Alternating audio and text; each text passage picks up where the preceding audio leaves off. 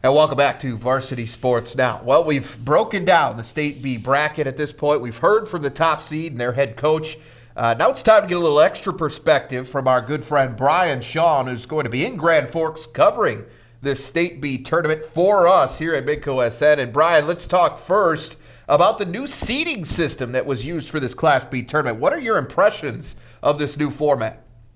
Well, it is kind of controversial, but at the same time, I think the High School Activities Association and the board realized that some of the best matchups they were getting were in the first round of this tournament. And the people felt like some of the state championship games were being played in the first round because the regions were predetermined. I think it's extremely difficult, though, to seed teams. I think based on the circumstances and what I've seen, this is about right in terms of how the seedings broke out. I might have flip-flopped a couple here and there. But, again, last year, I think a team like Milner would have been the 8th seed. So when you look at this field, what is the best quarterfinal matchup that you see?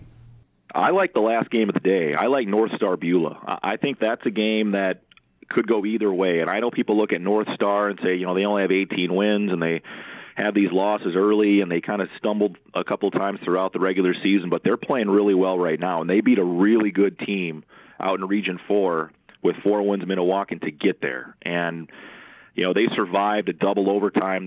They've had so many opportunities throughout the season to show how much better they've gotten, and they've shown that, I think, through the district and region tournament. So that's one. Flasher, to me, is fascinating. They've won 11 straight games. Region 5 has not really had a lot of strong teams in recent years. It's really been Shiloh Christian and everybody else. But I'll be curious to find out how far along Flashers come. This is only their second state tournament in school history. So will the bright lights get to them up in Grand Forks? We'll find out. But that to me, is a team that, again, is riding a pretty good hot streak coming in. Well, now there always seems to be a surprise team kind of coming out of nowhere. Who's the sleeper in this year's bracket? I would go back to North Star. I think North Star is a team that you kind of have to keep your eye on just based on the fact they're not a seeded team, but the way they've played lately. And to win that Region 4 tournament and the way they won it makes you think, boy, maybe this could be one of those teams that kind of comes out of nowhere and maybe surprises some people. So I would say it's probably them over any of the other non-seeded teams.